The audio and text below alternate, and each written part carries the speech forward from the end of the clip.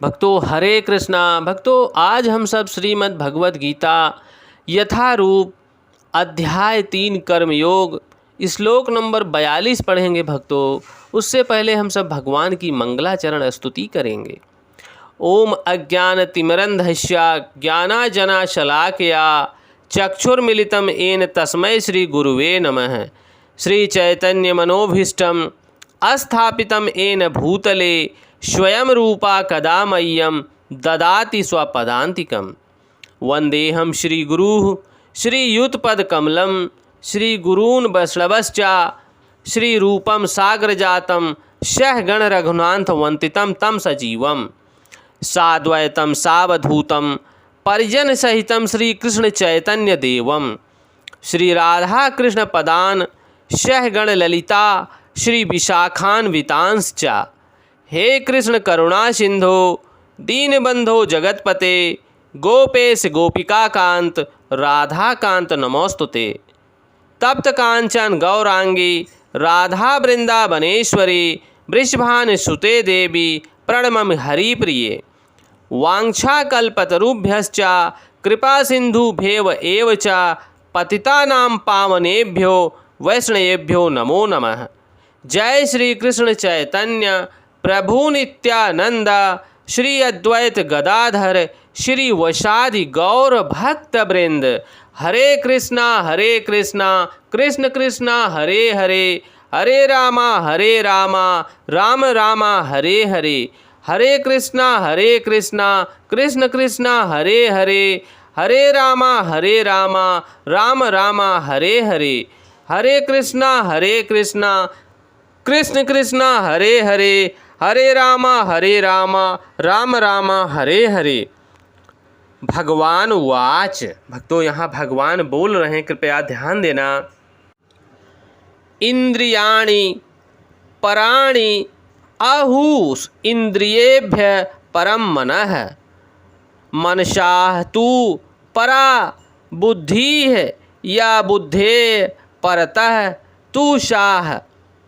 भक्तों ध्यान देना, यहाँ कर्म इंद्रियां जड़ पदार्थ की अपेक्षा श्रेष्ठ हैं।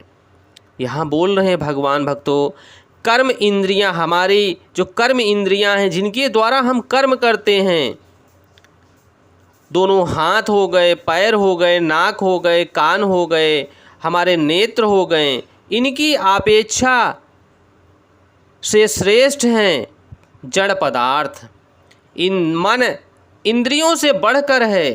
भक्तों जो हमारे अंदर मन है वो हमारी इंद्रियों से बढ़कर है। मन की गति बहुत तीव्र होती है। जिस समय हम मन की गति को थाम लेंगे, पकड़ लेंगे, हम भगवान से प्रेम करना शुरू कर लेंगे। बुद्धि मन से भी उच्च है। भक्तों हमारी बुद्धि मन से भी ऊपर है, परंतु मन को हमें कंट्रोल करना है, मन को अपने वश में करना है। और वह आत्मा बुद्धि से बढ़कर है, जो हमारे अंदर दिव्य चेतना भगवान की विराजमान है, जो प्रभु का अंश है। भक्तों वो सबसे महान है, सबसे ऊपर है, परंतु हम इस मन की गति को हमें वश में करना है, तब हम अपने चेतना तक पहुंच सकते हैं और इस बुद्धि के मार्गदर्शन से उस चेतना में भगवान का स्वरूप का दर्शन कर सकते हैं। भक्तों इंद्रियां काम के कार्यकलापों के विभिन्न द्वार हैं।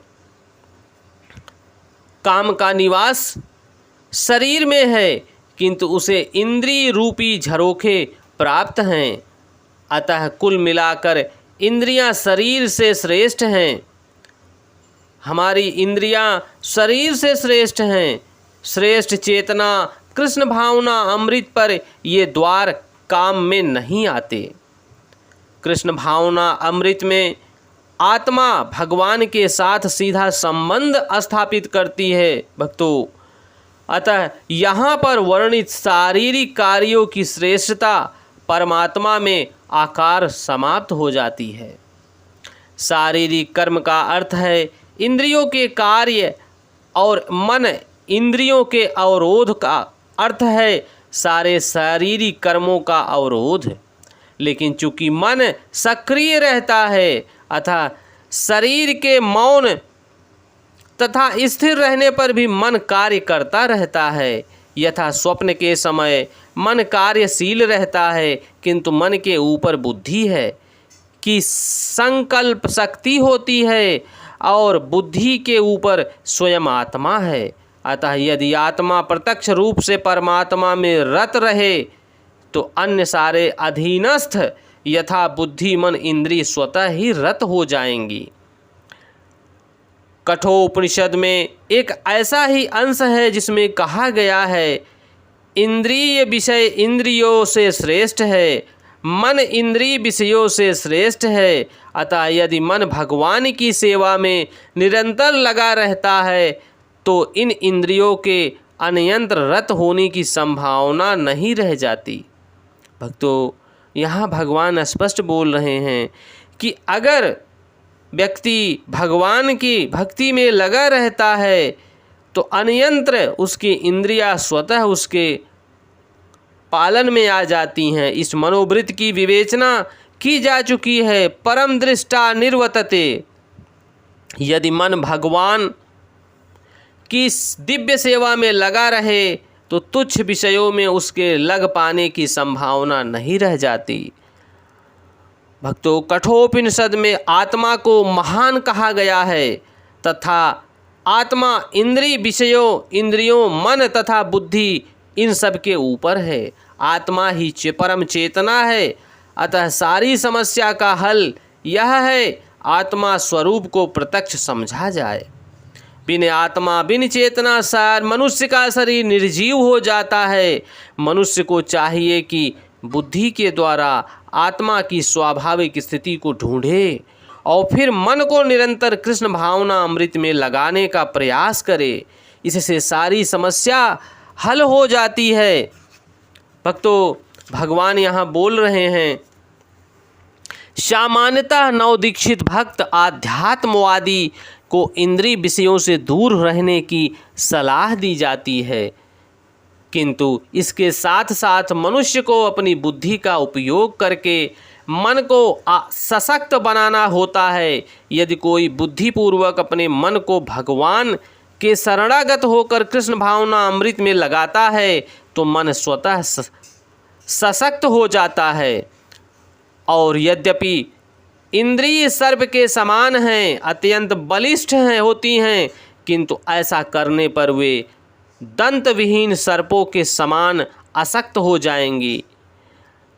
यद्यपि आत्मा बुद्धि तथा मन इंद्रियों का भी स्वामी है, जब तक इसे कृष्ण की संगति द्वारा कृष्ण भावना अमृत में सुदृढ़ नहीं कर लिया जाता, तब तक चलायमान मन के कारण नीचे गिरने की पूरी संभावना बनी रहती है। भक्तों, अपने मन को हम सबको, इस मन के चलायमान को, इस गति को रोकना है और उस गति को भगवान श्री कृष्ण के चरण कमलों में मोड़ देना है। जब इस मन की गति भगवान के प्रेम में लग जाएगी तो हम सबको नीचे गिरने की जो संभावना बनी रहती है हम बच जाएंगे। भगवान से प्रेम होते ही भगवान की दृष्टि हम पर पड़ेगी और हमें भगवान का दर्शन प्राप्त होगा। भक्तों, आप सबको भगवत वाणी अच्छी लग रही है तो और भक्तों तक पहुंचाने की कृपा करें, सब्सक्राइब करें। जय श्री कृष्णा।